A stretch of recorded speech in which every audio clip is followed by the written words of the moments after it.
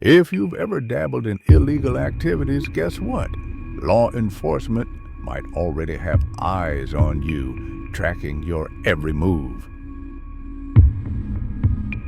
And here's the kicker. They might just be giving you enough rope to plan your next big move, only to trap you in a way where escape is absolutely impossible. Today, we're diving into the gripping real-life story of how law enforcement agencies use their systematic approach to unravel and take down one of the most notorious criminal networks, step by step, piece by piece.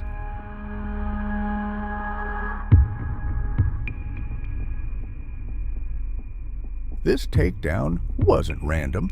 It followed a carefully orchestrated process that blended intelligence gathering, sharp analysis, and precision tactical operations.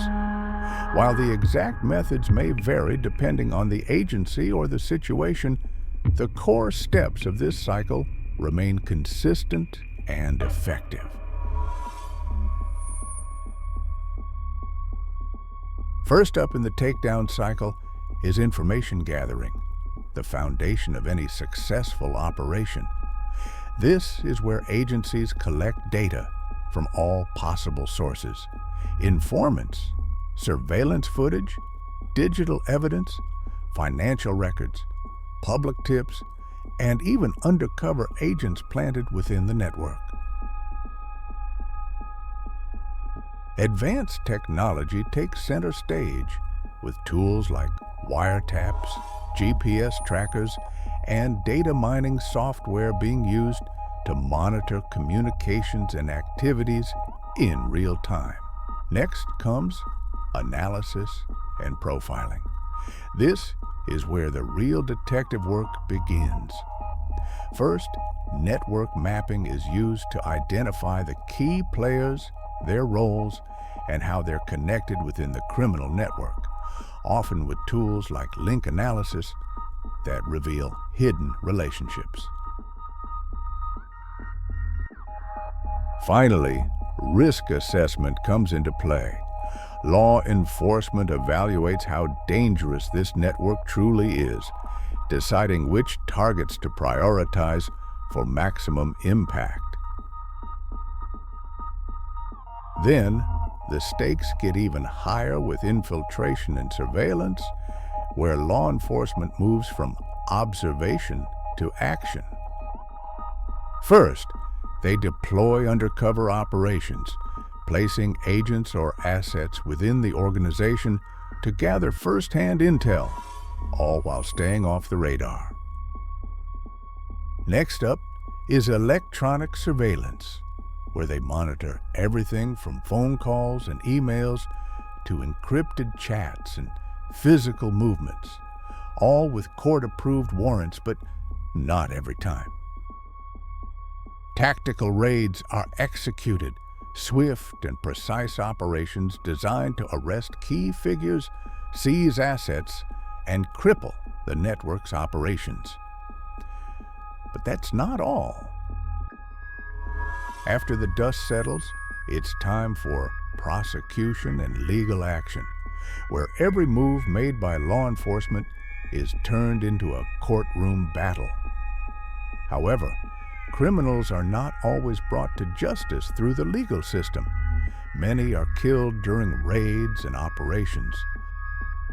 Evidence compilation is key, as investigators build a rock-solid case based on all the intelligence gathered, making sure everything is in line with legal standards. Hold on, the story's not over yet. Now we move into post-operation monitoring, where law enforcement keeps a watchful eye even after the arrests have been made.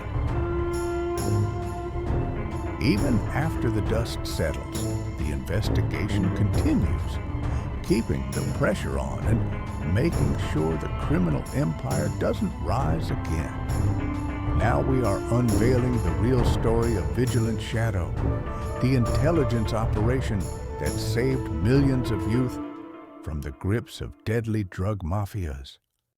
In the mid-1990s, intelligence agencies across the globe were on high alert. A new breed of criminal organizations operating in the shadows of the internet was rising to power.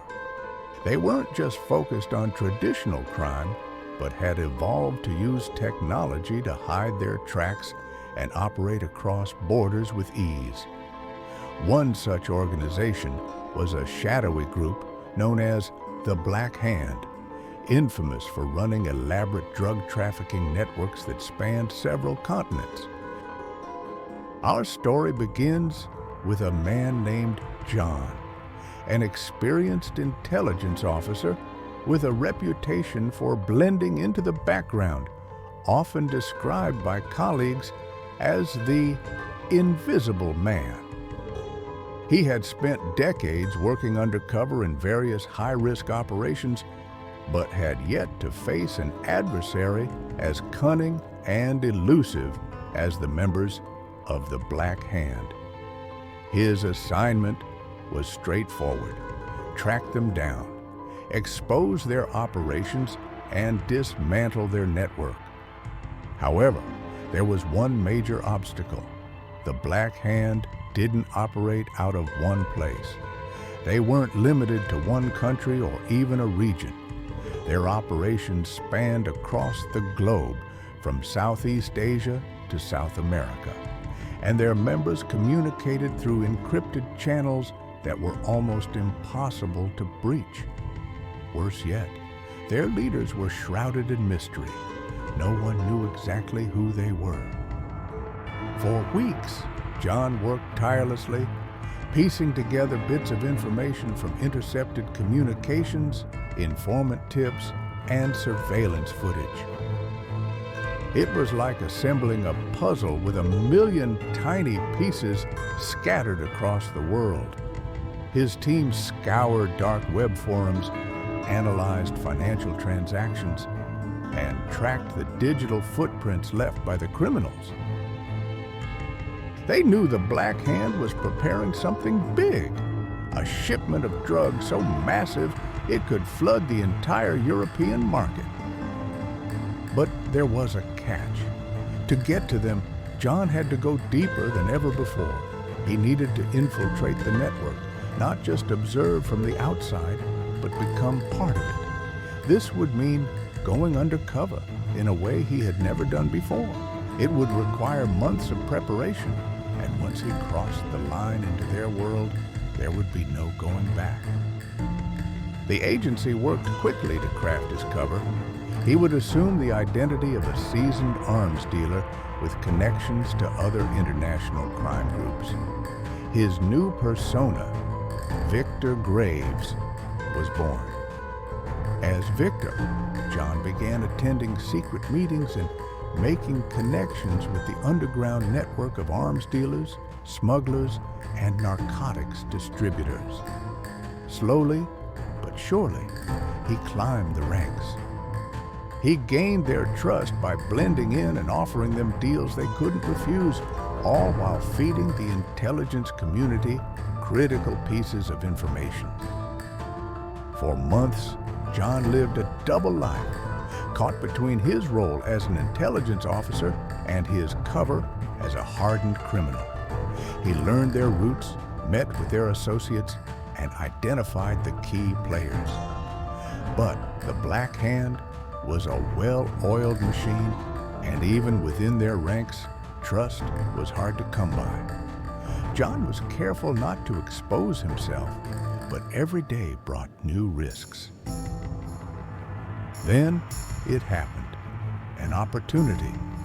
A high-level meeting was scheduled in a remote location deep in the mountains of South America.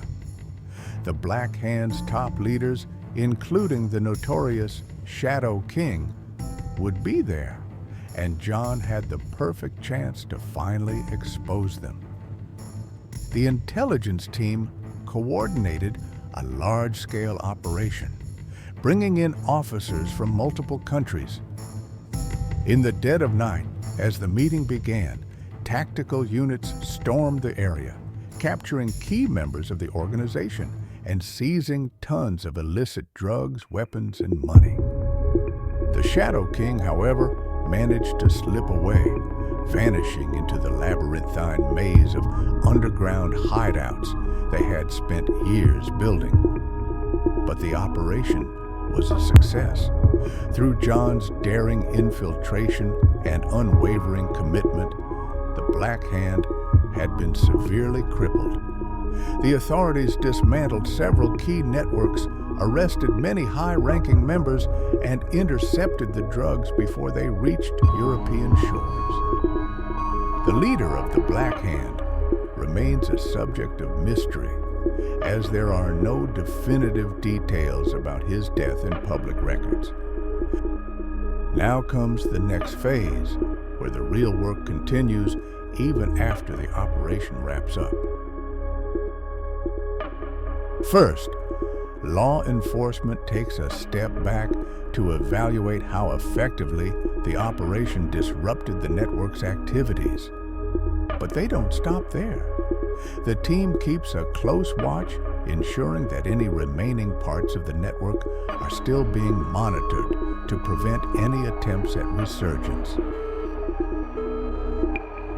This post-operation phase can sometimes turn into continuous surveillance, not just of the criminals themselves, but also of their families and associates. For these individuals, the consequences can be devastating. Trouble that follows them relentlessly, often lasting a lifetime and never truly ending, even until their death.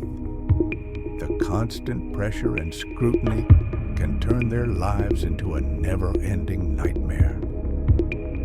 This phase can also become a turning point for many involved, including their associates and even their close relatives and family members. Once someone is charged with a crime, it can close doors to many opportunities, as numerous departments and organizations won't hire individuals with criminal records.